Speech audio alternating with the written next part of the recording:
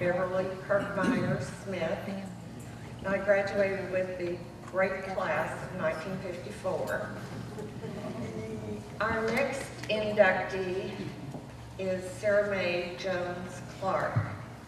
She was born April 19, 1936 in Ponca City, Oklahoma, the daughter of Russell and Marie Jones. She attended Ponca City schools and graduated from Ponca City High School in the class of 1954. After graduating from Poe High, Sarah Mae continued the pursuit of higher education until she received her PhD degree in experimental pathology and became a devoted research scientist. I invite all of you to read of her many accomplishments in our program. But this evening, I would like to introduce you to Sarah Mae through the eyes of a young granddaughter who chose to write about her grandmother for a 6th grade English writing assignment. She writes, and I quote, "Sarah Mae Clark was a very good grandma. She was kind, smart, and always helped people in need. Here are some reasons that made my grandmother the heroine in my life. One reason that I admired my grandma so much was that she was very smart. In her middle school and high school years, she only got 1 B in grades, and that was in archery."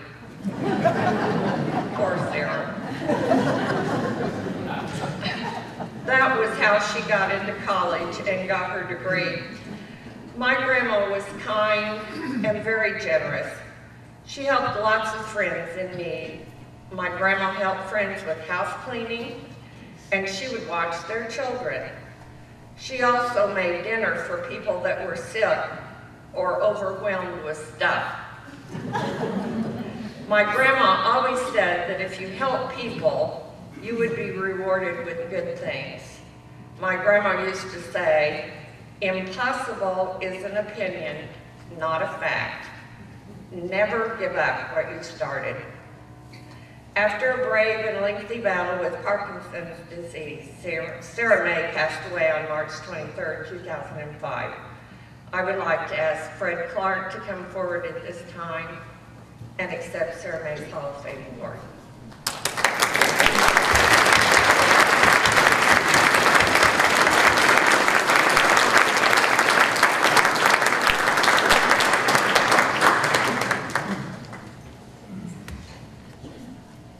Should have set me up front. It takes me a long time.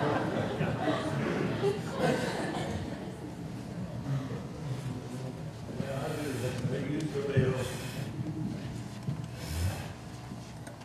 Too many football meals.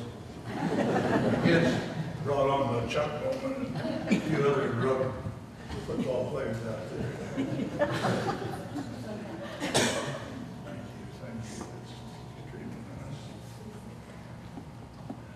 I just want to thank the board who stood up earlier. I know they've worked hard for a long time in cementing this all together. And look at the turnout. I can't tell you, everybody ought to have a chance to walk up here and look at that crowd. It looks great, it really does. And it's wonderful for you to come here to honor these 10 inductees. I want to especially thank Chuck Bowman. Chuck's the one that conceived the idea of establishing a Hall of Fame in the Ponca City High School. And that's especially meaningful to me, not only to my wife Sarah, who's one of the honorees tonight, but he was quite a leader in his class. And he showed a lot of initiative in going right to the superintendent and saying, "Can we get this thing going?" And I know the superintendent had a lot of things to do besides worry about a Hall of Fame. But he agreed, thanks to Chuck's persuasive capabilities. And thus we're here tonight to honor the first 10 inductees into this Hall of Fame. Also to Beverly Smith. Beverly compiled this program here And the printers that printed it, Mary Beth Hughes down there, told me she really enjoyed working with Beverly, and Beverly really had her act together. I know she worked hard to do this and many other projects that she has served upon this community. So thank you, Beverly. My pleasure. I'm just going to close with one objective that was just stated to you a moment ago, and it's contained in this program that you've received this evening. But Sarah was a determined young woman, and she wanted to accomplish with her significant intellect all she could. And she worked hard to do that. She followed me around the world as I was in the Air Force for about 33 years and 19 different assignments. And she got to go with me on some of them. Sometimes I was there by myself, about 4 of them. But anyway, she was a very supportive military wife. And for those of you who have served in the military, you know that the wives, the spouses, I should say, even today, are very much supportive of their member in the service. And that does the serviceman a great deal of good to have such a supportive family in that. And Sarah was in that category. She closes out her comment, or we close out her comments with her having said one time, and by the way, that granddaughter she talked about, Beverly talked about, I want her to stand up. She's 20.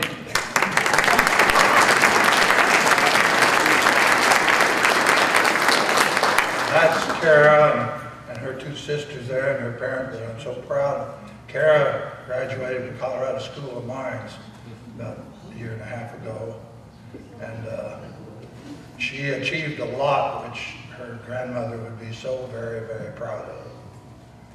And her son, Drew, Drew, you stand up too. I like Drew. Drew's been a medical doctor now. He abandoned Oklahoma and went to Louisiana. I don't know why. But he's been a medical doctor for about 26, 7 years. I want to close out with this comment, though, that the quote from Sarah that's contained in your program. Sarah May was a devoted Christian and lived her faith. She will be remembered for her philosophy. And this is a quote, because I think this quote can have a great impact in fulfilling the objectives of establishing this Hall of Fame, which is to inspire our high school students who have challenges today that many of us, anyway, graduated in my time frame anyway, we didn't have to face the same challenges. They got many, many more attractions, and they need all the help they can get. These 10 people will be posted with a little bit of explanation below them as to their achievements and accomplishments. And that, I hope, will inspire, and I know that's the objective of the board, to inspire to become better students. And then when they get out of high school, prepared to enter into the world of work or business or school, whatever they decide. And that inspiration is very important, and we have the opportunity to encourage them by identifying people as these 10 people represent tonight. But that philosophy, impossible is an opinion, not a fact. Never give up what you started. And that was the philosophy that Sarah implemented and stuck with. I thank you much for your attention.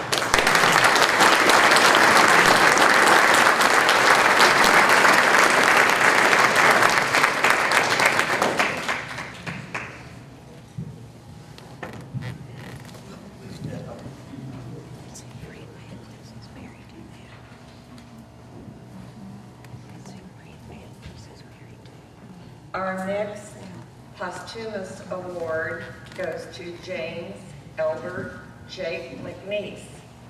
He was born in Maysville, Oklahoma on May 24, 1919. He was the 9th of 10 children born to Eli and Rebecca McNeese. Jake and his family moved to Ponca City in 1931 when Jake was 12. I invite all of you to read of the many obstacles that he overcame just to graduate in Pohi's class of 1939.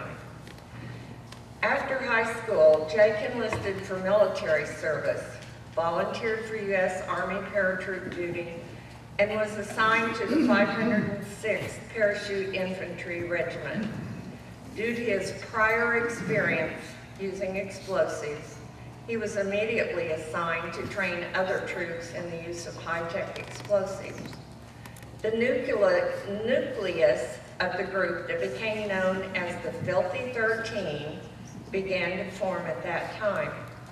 The name Filthy 13 referred to the fact that while these gentlemen were training in England, they washed and shaved once a week and never cleaned their uniforms because they used their water ration to cook illegally poached wild game. The number 13 referred to the 13 enlisted men of a demolition section, 2 6-man squads, and a section sergeant. With Jake as their sergeant, the Filthy 13, sporting mohawks and Choctaw war paint, participated in the invasion of Normandy on June 5, 1944. They jumped behind German beach fortifications shortly before midnight, before the main invasion force hit the beaches the next morning.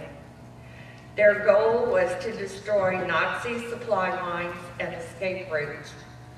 The Filthy 13 successfully accomplished their first assigned mission, which was thought to be a suicide mission. However, most of the core Filthy 13 were lost in battle or were taken prisoner. McNeese spent more than 30 days behind enemy lines after D-Day. The Filthy 13's exploits inspired the 1967 movie, The Dirty Dozen, with McNeese's character being played by actor Lee Marvin. Though the Filthy 13 were not the most disciplined of soldiers, they helped make possible the freedoms that we enjoy today. McNeese went on to make 3 more combat jumps. The invasion of Holland, which was made famous by the book and movie A Bridge Too Far, into Bastogne during the Battle of the Bulge to set up the resupply of the trapped 101st Airborne, which helped turn the tide of that battle. And his last jump was into Germany to guide the resupply of a section of General Patton's tank forces that had been isolated and cut off from Allied supplies. Jake was honorably discharged from the military in February of 1946. He died on January 21, 2013, at the age of 93. It is my honor to ask Rebecca McNeese Brewer to receive her father's award this evening.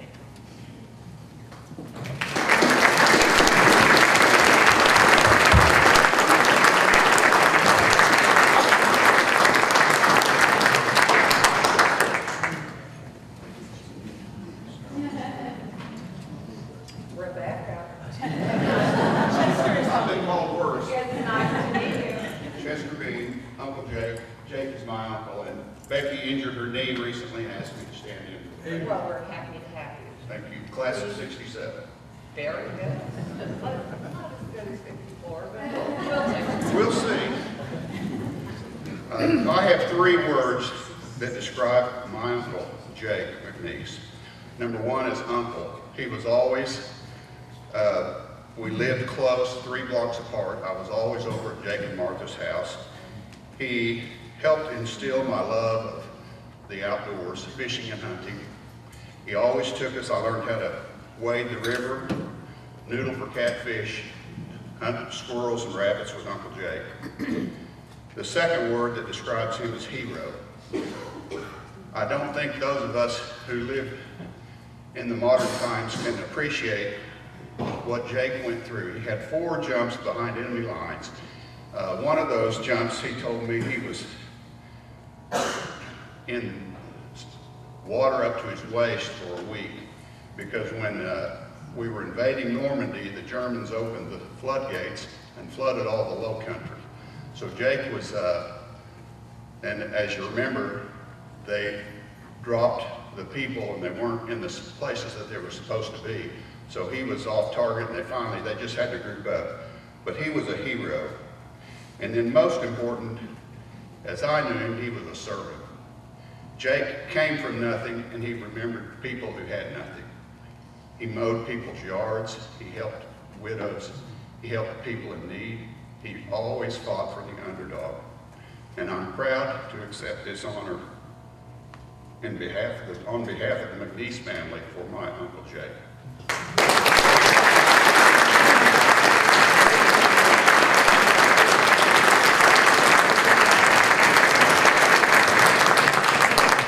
That's just outstanding, just outstanding. Our next inductee graduated from the class of 1972. Good class. Those of you in the room that remember World War II, you remember a great war correspondent by the name of Ernie Pyle. Ernie Pyle was the guy that brought the news of the war to Americans, and he became a hero. Well, the Ponca City guy by the name of Mike Betcher is our modern day Ernie Pyle. I was blessed to meet Mike about a month ago, and identified right away a very unusual and special guy. He's here tonight with his family to accept this award, and we're thankful that he's here, because I'll assure you, he has been in some circumstances that could have taken his life. Let me read to you just briefly what a New York newspaper had to say about Mike. Mike Betcher was born in 1954. He is an award-winning American journalist and war correspondent. He was often embedded in Iraq and Afghanistan. He is also a visiting professor at the University of Oklahoma Journalism. He was the first reporter to present the live satellite report on CNN of those wars. His work won a Peabody Award, 6 Emmy Awards, and a National Headliner Award. Mike and his son Carlos were perhaps best known in 2014 from a film documentary that they put together called The Hornet's Nest.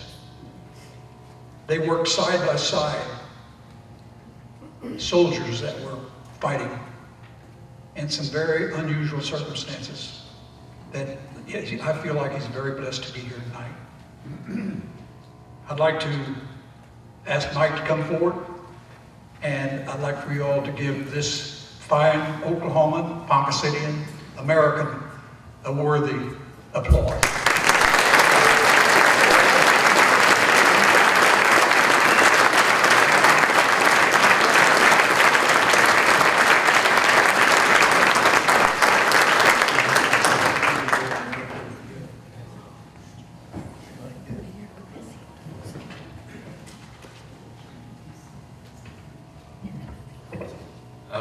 I truly am at a loss for words, which is very unusual for me.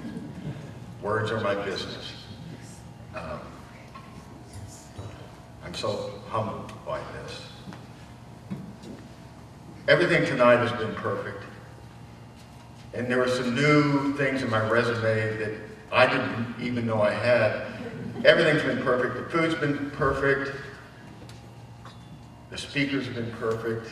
I'm in the perfect city in America, but there's only one of the programs that the pages got flipped, truly got flipped, and it went to my sister-in-law, Sue. And I learned that I had some other roles. It said in 2011, Betcher became the first active university professor to win a national Emmy. During this time, he served Holy Rosary Parish in the Bronx.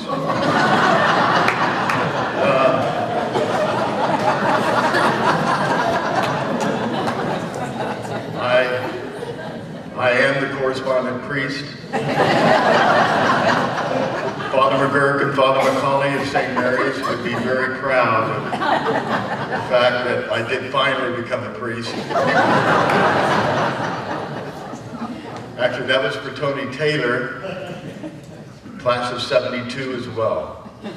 I should say Bishop, Archbishop Anthony Taylor. And I don't think it's any accident that the class of '54 that is sponsoring this tonight picked two folks from the class of '72 because we were born in 1954, and that must have been a very...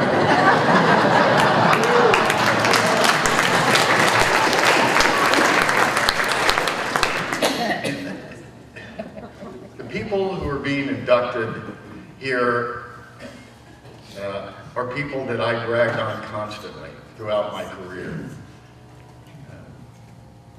For example, for NBC News, there was an earthquake in Kobe, Japan that killed thousands of people. And NBC News put me on a plane, a United 747 from San Francisco to Osaka. And I had a business class seat, and I was really happy, but I knew this was going to be a tough assignment to cover this because everything was destroyed there. And the flight attendant came back to me and said, "Sir, you're going to need to move." And I said, "Why?" "Just come with me, sir." So she moved me, but she moved me to first class. And I said, "What's going on?" She goes, "The captain will be back to see you." And the captain was Janie Edwards. So being from Ponca City got me an upgrade. Another plus from being from this great city. Don Nichols. We're at the Berlin Wall, and they said, "There's a senator here." I said, "Who is it?" He said, "He's from Oklahoma." I said, "Don Nichols? My hometown, Ponca City, Oklahoma." I talked about Ponca City so much in my career. Tom Brokaw always introduced me, "This is Mike Betcher, and he's from Ponca City."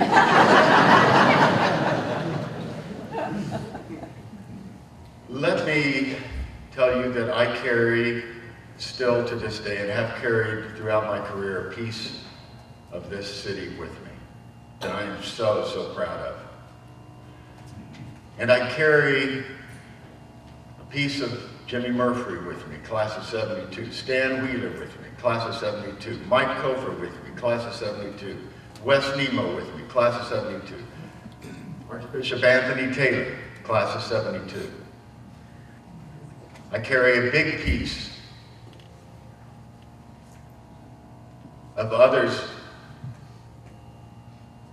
who did something I didn't. You know, very frankly, I'm getting this because I really, really appreciate it, but I'm on TV. The real heroes are folks like Wes Nemo and Stan Wheeler, who stayed and fought to make this a better town. Folks like my brother Fred, who stayed here and fought to make this a better town. My brother Tom Betcher, who fought to make this a better state while I was traveling around the world. God, I really appreciate this award, but the only way that I can accept it is all of you who are a piece of me, who made me what I am. Guys like Paul Ingersoll, who has influenced so many people in a powerful way at Ponca City High School. I am a proud Ponca City Wildcat. I love this city. And Tony Taylor, You have a pipeline to God. By the way, we have 3 St. Mary's Elementary School graduates here, and Don Nichols, Tony, and myself. Catholics, way to go.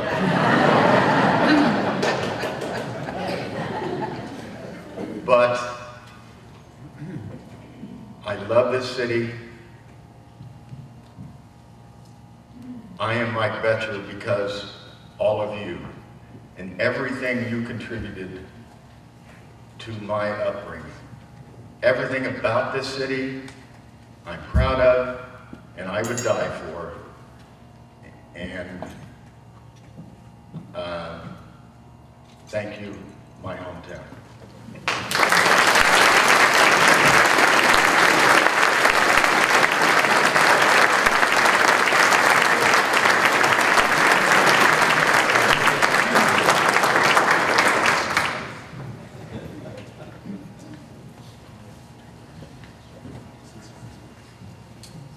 Our next inductee is Don Yeager, who was born in Port Arthur, Texas on May the 10th, 1936.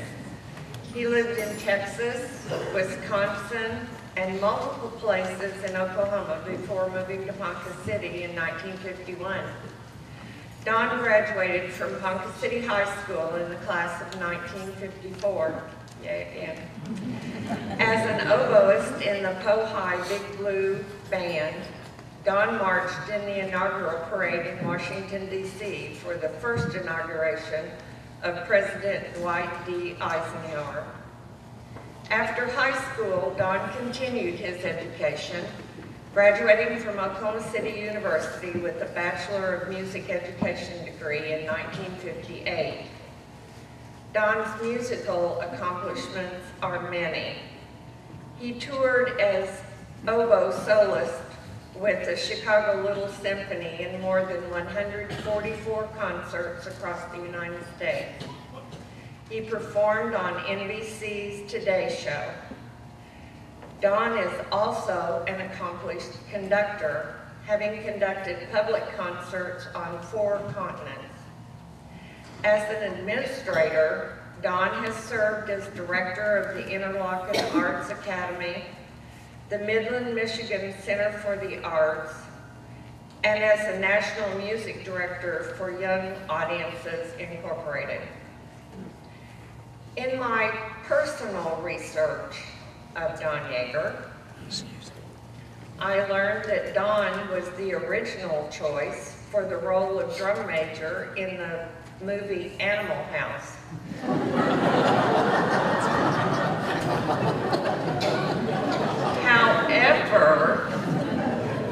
However, he was fired when he refused to lead the band into a brick wall. It is my deep honor and privilege to present Don Yeager for induction into the Ponca City High School Hall of Fame. Don.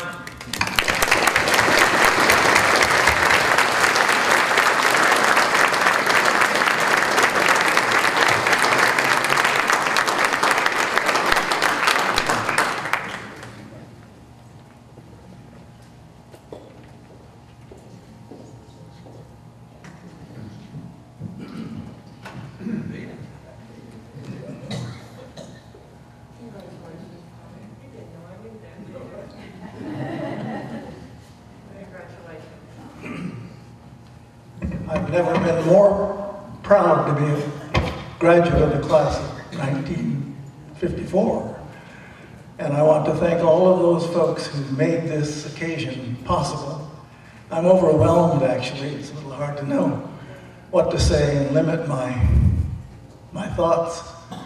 But I have to go back to my first year here in high school and walking into the band room and meeting A.H. Pete Long, conductor of the band, who had a tremendous and profound influence on my life at that time, which continued all through the years. And people have often asked me, when did you start conducting? And I thought, way back. We used to have a pep band that would accompany the basketball team sometimes on out-of-town games. And Pete asked me to conduct the pep band. So that's how it all got started. And I'm grateful to him for all of that. The music program in the school at that time was, as it still is, as evidenced by the singing you heard tonight, it was wonderful in those days. Going to Washington, marching in Eisenhower's inaugural parade, and of course, the self-confidence I was given by becoming the drum major of the Bohai band. That was also wonderful. And one other interesting personal story. In the middle of my junior year, my family decided to move back to Enid, where we had lived before moving to Ponca City. And I said one night at dinner, I simply do not want to go. I want to stay in Ponca City for all the obvious reasons regarding the music department, etc. Well, my mother said, what are you going to do? And fortunately, I had a dear friend named John Hinkle. Some of you might have known John. He was drum major of the band a year before me. And he said, let me talk to my parents. And the end of that story is I moved in with them for a year, and they became like another family to me. And I'm still in touch with John and many others who were members of the music department in those days. It's been a wonderful career conducting around the world, working with some of the world's leading musicians, sharing the stage with them. But I'm going to end by just saying that since 1954, I have worn this 1954 Bohai class ring. And it has been on the stage with me in Carnegie Hall, in concerts all over Europe, when I conducted the conservatory orchestras in China, the first American to be invited to do that in Beijing, Tianjin, and Shanghai back in 1981. So I have carried physically with me the memory of Ponca City by wearing this ring. And now on my left hand I have my wedding ring, of course. But I'm very proud to have gone to high school here, and I've stated that over and over and over through the years to so many people. It was a great, great experience. And I'm humbled by this award tonight and thank everyone who made it possible. Thank you so much.